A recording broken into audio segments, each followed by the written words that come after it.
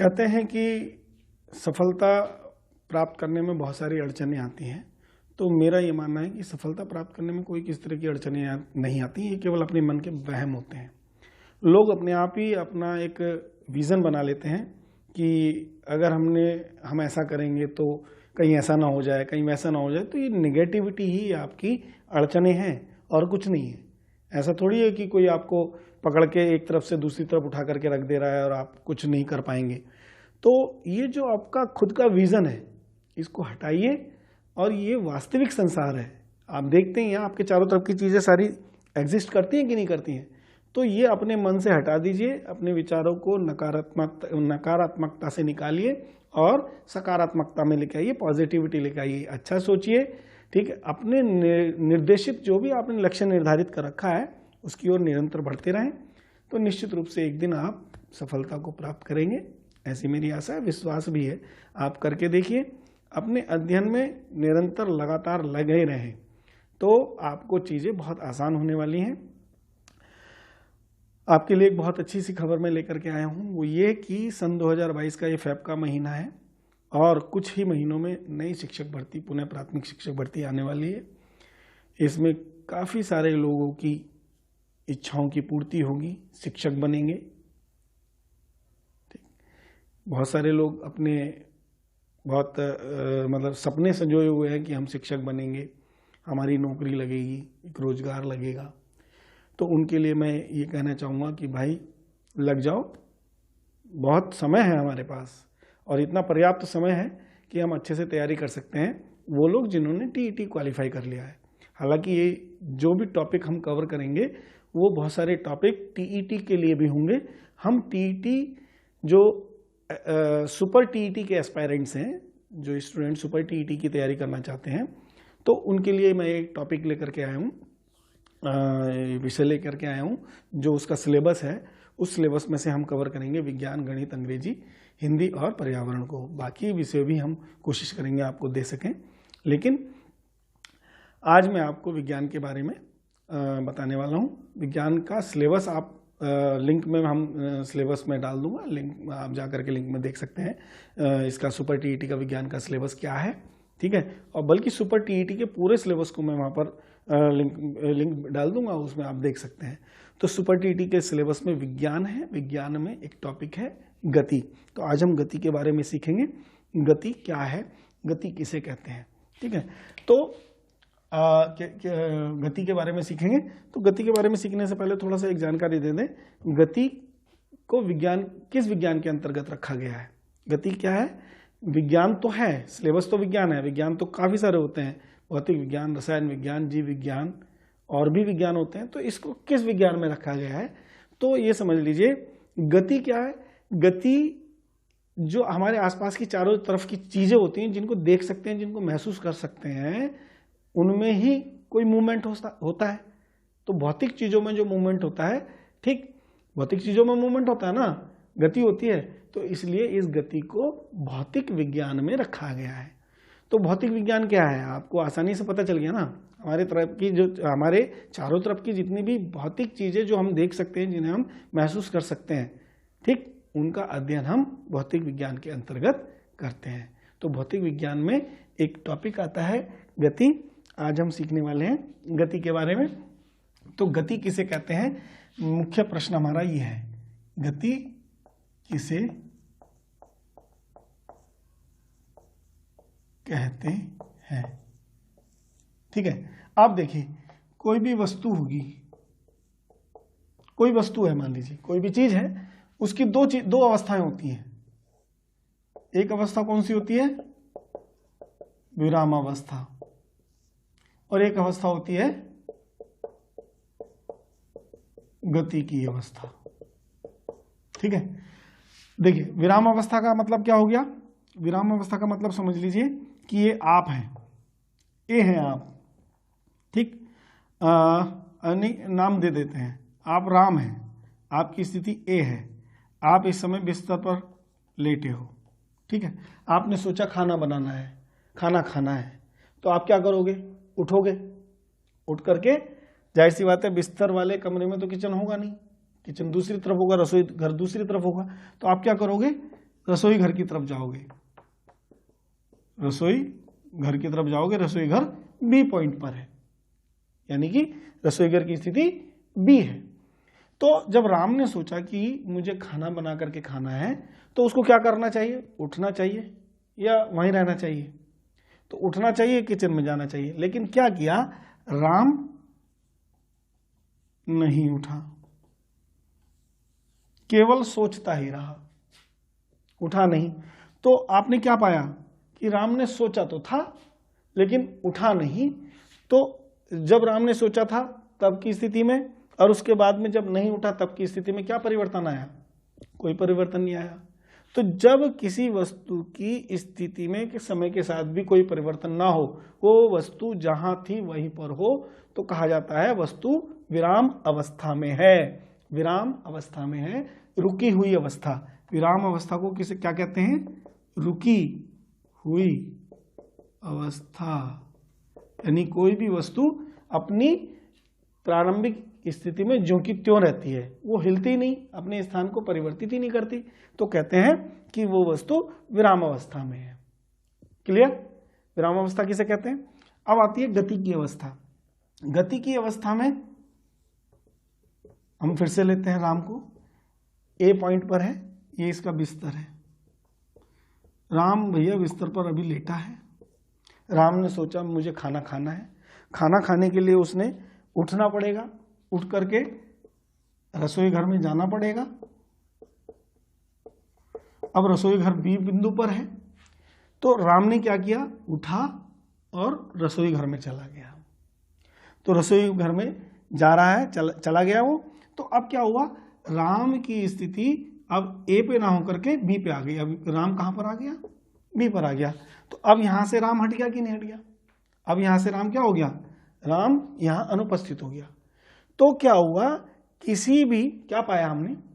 तो हमने ये पाया कि किसी भी वस्तु की अपनी प्रारंभिक स्थिति, ठीक है, में समय के साथ साथ परिवर्तन हो जाए तो कहा जाता है कि वो स्थिति गति में है। वो वस्तु, वो चीज गति में है। एक बार फिर समझ लीजिए, जब किसी वस्तु की स्थिति में समय के साथ साथ परिवर्तन हो जाए तो कहा जाता है वो वस्तु गति की अवस्था में है। तो ये गति की अवस्था हो गई। मैं जहां तक समझता हूं आपको क्लियर हो गया होगा गति क्या है और विराम अवस्था क्या है। तो केवल इतनी सी बात है, गति क्या है। तो गति के बारे में लिखेंगे हम, इसको स्क्रीनशॉट ले सकते हैं आप।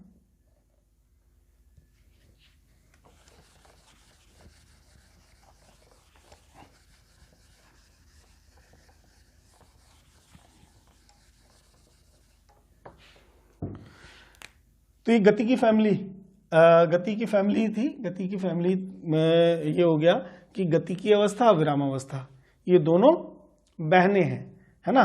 तो अभी क्या होगा, हम अब गति के बारे में सीखेंगे, ठीक, मतलब लिखेंगे। अभी तो मैंने समझा दिया गति के बारे में। क्या हमने क्या पाया कि जब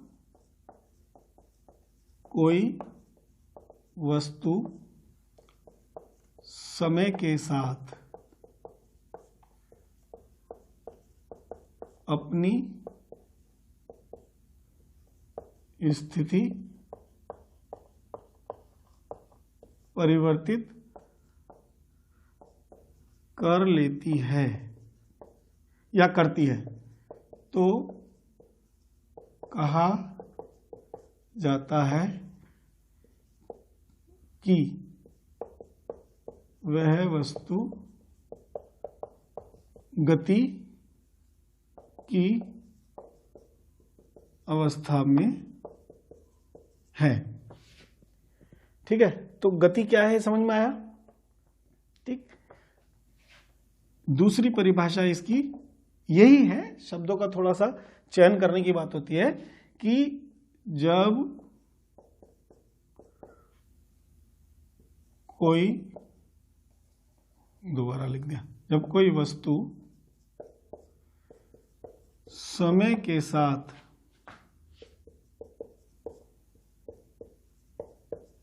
अपना स्थान बदल लेती है तो उसे वस्तु की गति कहते हैं। कई तरह से आप लोग गति की परिभाषा को समझ सकते हैं। तो मैं जहां तक समझता हूं, वहां क्या हुआ था, वस्तु क्या थी, राम ने बिस्तर से उठ करके किचन तक का सफर तय किया, तो जाने में कुछ समय लगा होगा। तो जब कोई वस्तु अपनी स्थिति को परिवर्तित कर लेती है कुछ समय लगा करके, तो कहा जाता है कि वो वस्तु गति की अवस्था में है ना, उसे वस्तु की गति कहते हैं। तो स्क्रीनशॉट ले सकते हैं आप। अब हम सीखेंगे गति के प्रकार। तो गति के प्रकारों में सबसे पहले हम सीखेंगे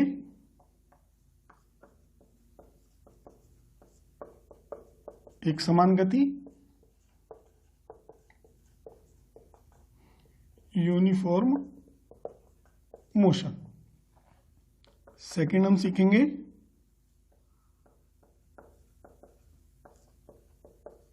असमान गति, नॉन यूनिफॉर्म मोशन। थर्ड हम सीखेंगे आवर्ती गति, पीरियडिक मोशन। फोर्थ हम सीखेंगे वृत्तीय गति,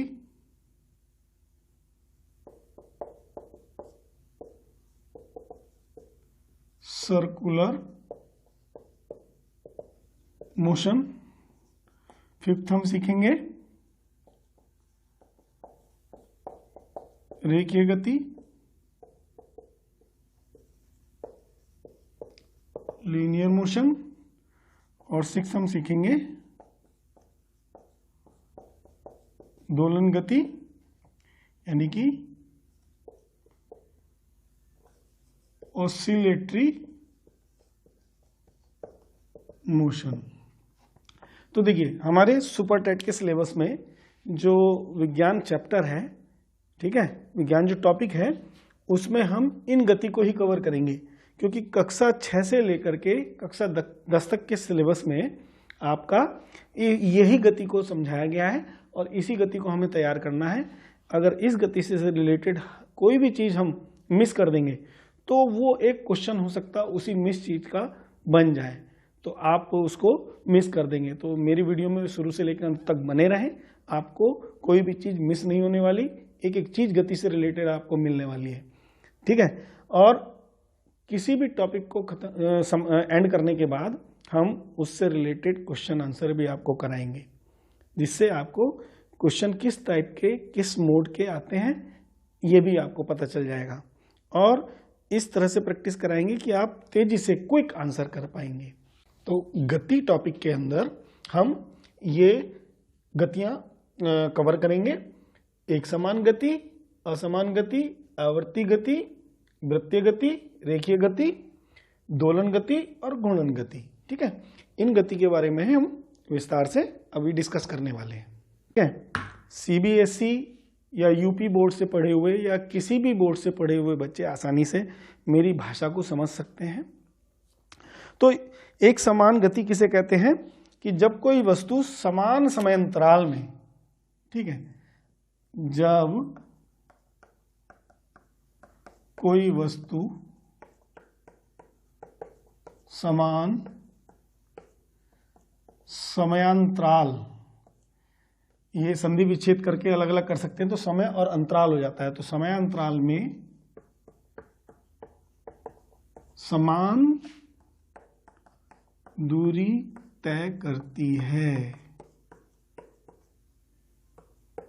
तो उसे एक समान गति कहते हैं, या कहा जाता है कि वह वस्तु एक समान गति कर रही है। समझिए इसको, कोई वस्तु ए बिंदु पर है, ठीक है, किसी वस्तु की प्रारंभिक स्थिति क्या है, वो इस ए पॉइंट पर है। उसने क्या किया, 1 घंटे में वो बी पॉइंट पे आ गई, फिर 1 घंटे में वो बी पॉइंट पर आ गई और ये 1 किलोमीटर की दूरी रही। अब बी पॉइंट से उस सी पॉइंट पर 1 घंटे में फिर से 1 किलोमीटर चली। सी पॉइंट से डी पॉइंट तक 1 घंटे में फिर से 1 किलोमीटर चली। तो हमने क्या पाया कि वो वस्तु क्या हुआ कि बराबर समय अंतरालों में बराबर बराबर दूरी तय कर रही है। तो हमने ये पाया कि वस्तु, जब भी कोई वस्तु समान समय अंतराल में समान दूरी बराबर दूरी तय करती, बराबर समय अंतराल में बराबर ही दूरी तय करती है। ऐसा नहीं है, ये 2 घंटे भी हो सकते थे, ठीक है। तो बराबर समय बराबर दूरी का मतलब ये नहीं है कि अगर समय 2 घंटे होगा तो दूरी भी 2 किलोमीटर होगी। ऐसा नहीं है कि बराबर तो समय चल रहा है और बराबर बराबर दूरी चल रही है, ठीक। तो हमने ये पाया कि जब कोई वस्तु समान समय अंतराल में समान दूरी तय करती है तो उसे एक समान गति कहते हैं। हम नेक्स्ट सीखेंगे आवर्ती गति, पीरियडिक मोशन। तो पीरियडिक मोशन में क्या होता है कि जब कोई गति करती हुई वस्तु एक निश्चित समय के बाद या निश्चित समय अंतराल पर अपनी गति को दोहराती है, उसे आवर्ती गति कहते हैं, पीरियडिक मोशन कहते हैं। When an moving object moves after a definite time repeat its motion is called periodic motion. तो the example of this motion is, क्या हो जाएगा, घड़ी की सुइयों की गति। आपने देखा होगा, एग्जाम्पल समझ सकते हैं। ये घड़ी की सुइयां हैं, ये सेकंड की सुई हो गई, ये घंटे की सुई हो गई, ये मिनट की सुई हो गई। तो हर एक सुई का अपना एक डेफिनिट टाइम है, वो एक डेफिनिट पाथ पूरा करने के बाद फिर से दोबारा से अपनी गति को दोहराती रहती है। तो ये गति कौन सी गति कहलाती है, आवर्ती गति कहलाती है। तो देखिए घंटे वाली सुई क्या करेगी, यहां से यहां तक घूम करके आई, ठीक है, अपने जिस पाथ पर वो थी, जिस जगह पर उसकी पोजीशन थी, फर्स्ट पोजीशन थी, वो अपनी फर्स्ट पोजीशन के पास आ गई, फिर से अपनी गति को दोहराती है। इसी तरह से घंटे वाली सुई घूमती रहती है, इसी तरह से मिनट वाली सुई घूमती है, इसी तरह से सेकंड वाली सुई घूमती है। एक डेफिनिट टाइम के बाद में वो अपनी गति को दोहराती है। तो इसको हम क्या कहते हैं, आवर्ती गति, पीरियडिक मोशन कहते हैं। तो क्या हो जाएगा, एक एग्जाम्पल हो जाएगा, घड़ी की सुइयों की गति, इसका एक एग्जाम्पल है, ठीक, आपको समझ में आया होगा। अब हम सीखेंगे नेक्स्ट, आपका हो जाएगा फोर्थ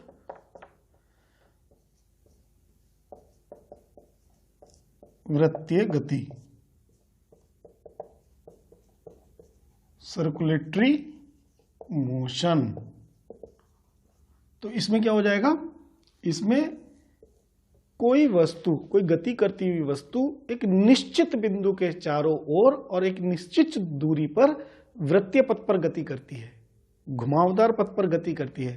तो उस वस्तु को, मतलब उसे वृत्तीय गति कहते हैं, आपका सर्कुलेटरी मोशन हो जाएगी वो, ठीक। तो समझिए इसको कि जब कोई वस्तु एक निश्चित बिंदु के चारों ओर व एक निश्चित दूरी पर वृत्तीय पथ पर, ये ध्यान रखेंगे आप, वृत्तीय पथ पर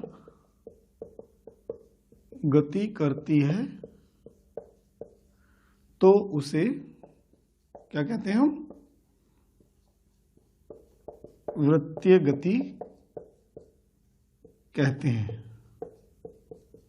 सर्कुलेटरी मोशन कहते हैं कि कोई वस्तु एक डेफिनिट पॉइंट के चारों ओर, ठीक है, एक डेफिनिट पॉइंट के चारों ओर एक डेफिनिट डिस्टेंस पर सर्कुलर मोशन करती है, सर्कुलर पाथ पर मोशन करती है, ठीक है।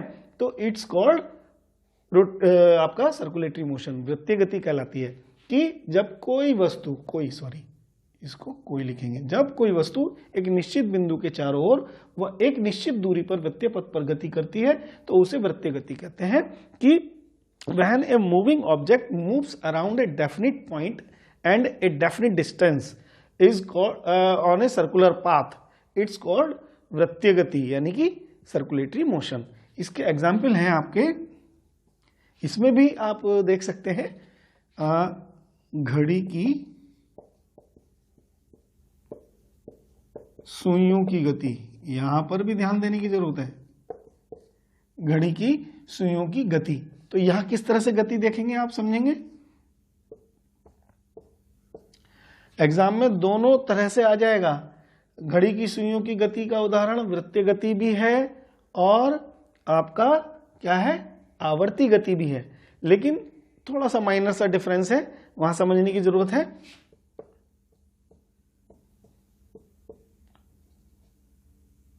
जब आप देखेंगे सेकंड वाली सुई थोड़ी बड़ी होती है, मिनट वाली सुई थोड़ी छोटी होती है, घंटे वाली सुई उससे छोटी होती है। तो ये सुइयां सब इस पॉइंट के, ये जो पॉइंट है ना P, इस पॉइंट के चारों ओर अपनी गति करती रहती हैं। तो पॉइंट डेफिनिट हो गया और इनकी डिस्टेंस भी डेफिनिट हो गई कि ये यहां से यहां तक की दूरी को कवर करती है, ये यहां से यहां तक की दूरी को कवर करती है, ये यहां से यहां तक की दूरी को कवर करती है। तो अगर ये आपकी मिनट वाली सुई रोटेट होगी तो ये किस तरह से होगी, ये इस तरह से सर्कुलर पाथ पर अपना रोटेट होती रहेगी। तो क्या हो जाएगा, ये आपकी क्या कहलाएगी, वृत्तीय गति, सर्कुलेटरी मोशन कहलाएगी।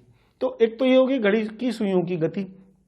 आपका एक और उदाहरण है आपका क्या, सूर्य के चारों ओर पृथ्वी की गति। आप नोट करते रहेंगे, सूर्य के चारों ओर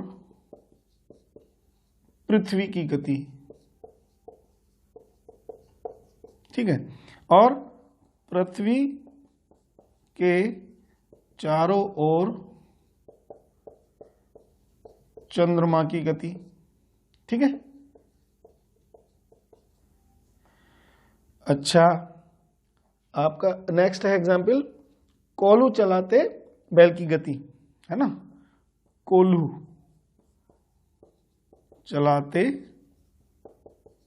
बैल की गति। अब आज कल तो देखिए कोल्हू आपको दिखने बंद ही हो गए हैं, लगभग खत्म हो गए हैं। आपको कहीं जहां पर भी कोल्हू से गन्ने का रस निकालने वाले प्लांट लगे हुए हैं जिससे गुड़ वगैरह बनाया जाता है, तो वहाँ कोल्हू देखने के लिए आपको मिल सकता है। तो कोल्हू चलाते बैल की गति। तो पहले क्या होता था, बैलों से कोल्हू को चलाया जाता था और उसमें से गन्ने का रस निकाला जाता था। गन्ने का रस फिर विभिन्न तरीके से उसका उपयोग करके मिठाई बनती थी जिसको गुड़ कहते हैं, और भी उसके तरीके थे यूज करने के। तो कोल्हू चलाते बैल की गति भी हमारी वृत्तीय गति का एक उदाहरण है, ठीक है। साइकिल या पार्क के वृत्ताकार ट्रैक पर चलती हुई, है ना, ये है, ठीक है, एक साइकिल। तो क्या है, साइकिल पार्क के वृत्ताकार मार्ग पर चलती हुई, है ना, एक ये इसका एग्जाम्पल हो गया। तो इन एग्जाम्पल को ध्यान देंगे, एग्जाम में पूछा जा सकता है, इस तरह की गतियां वृत्तीय गति में शामिल होंगी। क्या होगा समझ सकते हैं कि जब कोल्हू चलाने वाला बैल होता है तो ये कोल्हू के दो राउंडर होते हैं, ये यहाँ पर फिक्स होते हैं और यहाँ पर ये एक बहुत बड़ा डंडा लगा होता है जहाँ पर ये दो बैल इनसे बांध दिए जाते हैं तो ये घूमते हैं। इस तरह से ये अपनी वृत्ताकार मार्ग पर गति करते रहते हैं, कोलू चलता रहता है, रस निकलता रहता है। तो इस तरह से ये आप इस एग्जाम्पल को समझते हैं। सूर्य के चारों ओर पृथ्वी की गति आप देख ही समझ सकते हैं, और पृथ्वी के चारों ओर चंद्रमा की गति को भी आप अच्छी तरह समझ सकते हैं। तो ये थे वृत्तीय गति के उदाहरण। अब हम सीखेंगे नेक्स्ट देखेंगे हम रेखीय गति, लीनियर मोशन। तो लीनियर मोशन में क्या होगा कि जब कोई वस्तु एक सरल रेखा में गति करती है तो उसे रेखीय गति कहते हैं या सरल रेखीय गति कहते हैं। ठीक है, लीनियर मोशन कहते हैं।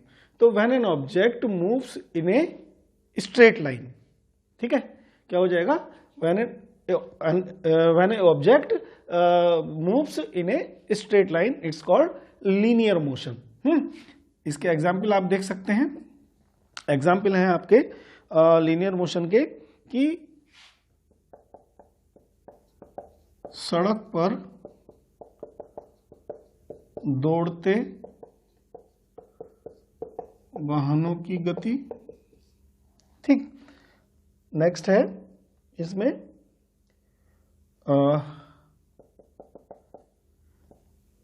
खिलाड़ी की गति। थर्ड है इसमें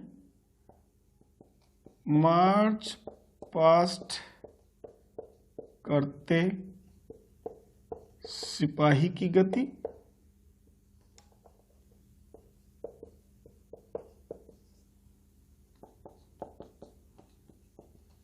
साइकिल चलाते समय पहिए की गति।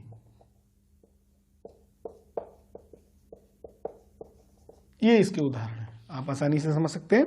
ठीक है, स्क्रीनशॉट ले सकते हैं आप लोग। अब हम नेक्स्ट सीखेंगे दोलन गति, ऑसिलेटरी मोशन। ठीक है, कि जब कोई वस्तु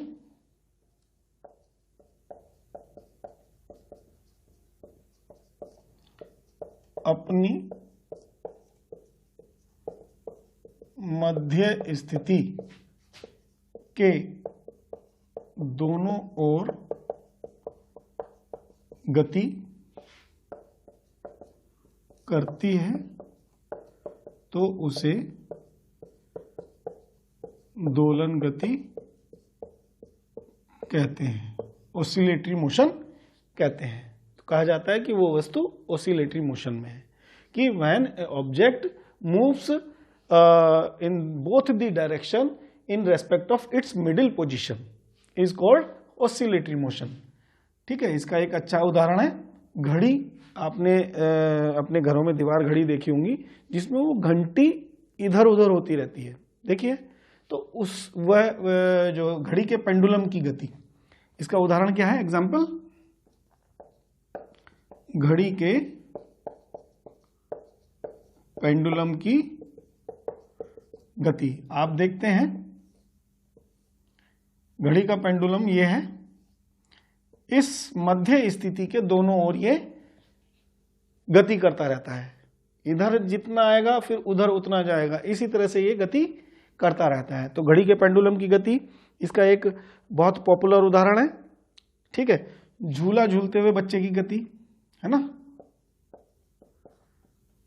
झूला झूलते हुए बच्चे की गति। अब कोई भी झूल सकता है, उसमें बच्चा भी हो सकता है। ठीक है, और आपका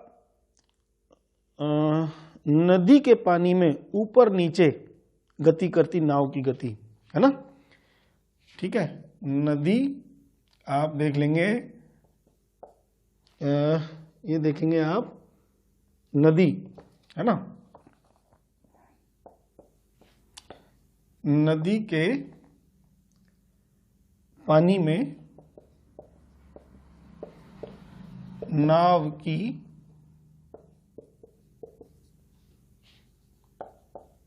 ऊपर नीचे गति। तो जब नाव चलती है तो वो क्या करती है, पानी में जितना नीचे जाएगी फिर उतना ऊपर उठती है, जितना नीचे जाती है फिर उतना ऊपर उठती है। तो क्या हो जाएगा, नदी के पानी में नाव की ऊपर नीचे की गति, ऊपर नीचे जब वो ऊपर नीचे होती रहती है, उस समय की वो जो गति होती है वो कौन सी गति होती है, दोलन गति कर रही होती है। तो इसको क्या कहेंगे हम, दोलन गति का उदाहरण। आपको समझ में आया होगा।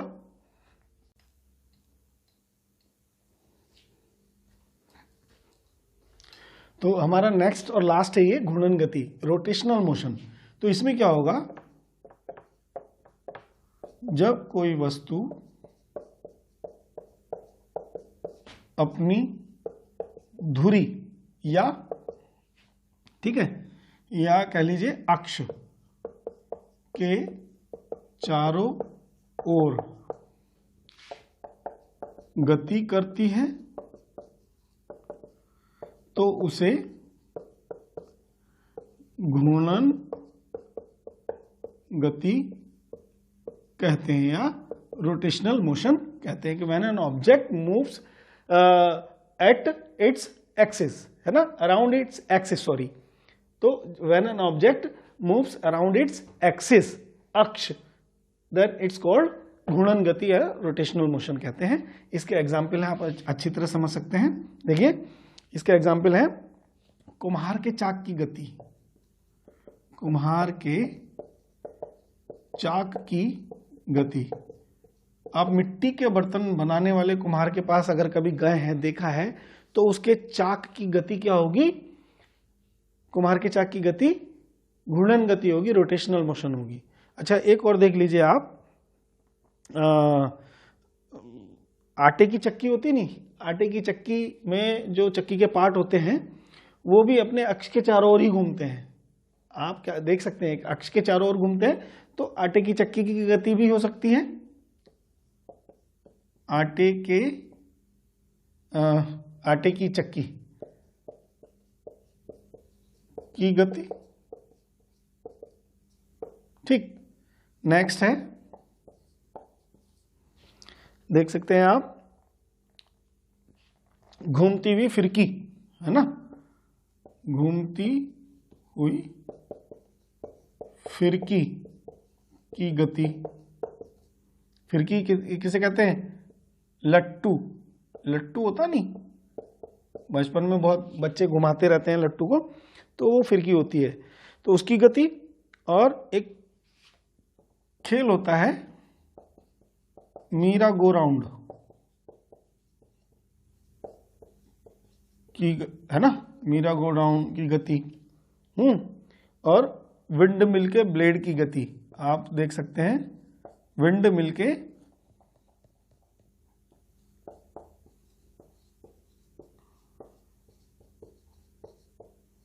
ब्लेड की गति। बहुत ऊंचाई पे बहुत बड़े बड़े पंखे लगे होते हैं, तो उसकी पंखड़ियां क्या करती हैं, अपने एक्सिस के चारों ओर घूमती हैं। पंखे की पंखड़ियां भी आप देख सकते हैं, रूफ पैन भी आप देख सकते हैं, अपने अक्ष के चारों ओर घूमती हैं। तो all these things are relate to घूर्णन गति, रोटेशनल मोशन। तो आपको अच्छी तरह समझ में आया होगा घूर्णन गति। स्क्रीनशॉट ले सकते हैं आप। तो हमने सीखा गति की परिभाषाओं को सीखा। ये अभी टॉपिक आधा कवर हुआ है। इस वीडियो में मैंने इस टॉपिक को आधा कवर किया है, आधा टॉपिक मेरी नेक्स्ट वीडियो में मैं आपको दूंगा। ठीक है, ये परिभाषाएं गति की समझने में यदि आपको कोई समस्या आई है तो कमेंट करके जरूर बताइए, और समझ में आया है तब भी जरूर कमेंट कीजिए। ठीक है, तो मिलते हैं गति के सेकंड पार्ट वीडियो में। तब तक के लिए नमस्कार।